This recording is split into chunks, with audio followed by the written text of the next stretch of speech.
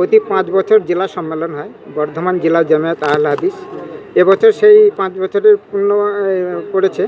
আমরা গোটা বর্ধমান জেলা সংগঠনে যারা দায়িত্বে রয়েছেন, সদস্যরা রয়েছেন, তাদেরকে আমন্ত্রণ জানিয়েছি এবং এই সংগঠন থেকে আমরা শান্তির বার্তা জানাতে চাইছি যে বর্তমান যে পরিস্থিতি, সেই পরিস্থিতির মধ্যে প্রলোভনে না পা দিয়ে ইসলামিক যে নিয়ম কানুন আছে সেই পথে আপনারা আসুন এবং এই সংগঠনকে মজবুত করুন এবং ইসলামের পথে গিয়ে নিজেকে পরিচয় দিন।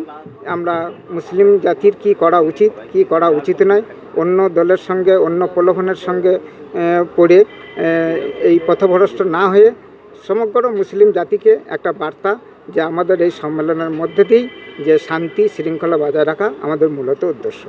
ওয়াকফ বিল নিয়ে একটা হিন্দু মুসলিম আবহাওয়া তৈরি হচ্ছে সমগ্র রাজ্য জুড়ে, এটাকে আপনারা কীভাবে ব্যক্ত করবেন, কি বলবেন? ওয়াকফ বিলটা এটা মুসলিমদের অধিকার, যে সম্পত্তি রয়েছে এটা সমগ্র মুসলিমদের। এর আগে যে সমস্ত আমাদের ফান্ড রয়েছে যারা দান করেছেন সেটা মুসলিমদেরই সম্পদ। এটা মুসলিমদের মাধ্যমেই এটা সম্পদ এটা বন্টন করা উচিত বা এইভাবে চলে আসছে।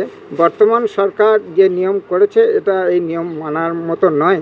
আমি বলবো যে সরকারকে এর দৃষ্টি বা এর একটা সুব্যবস্থা করতে, যাতে দেশ শান্তিতে এবং শান্তি এবং শৃঙ্খলা বজায় থাকে, যাতে এই বিল নিয়ে কোনো অশান্তি বা দেশের মধ্যে যে আগুন জ্বলার যে সম্ভাবনা সেটা যাতে না হয়। আগামীতে শান্তি শৃঙ্খলা বজায় রাখার জন্য এই ওয়াকফ বিল যাতে একটা আওতায় আনা যায় সুস্থভাবে, সেটার প্রতি আমি দৃষ্টি আকর্ষণ করছি।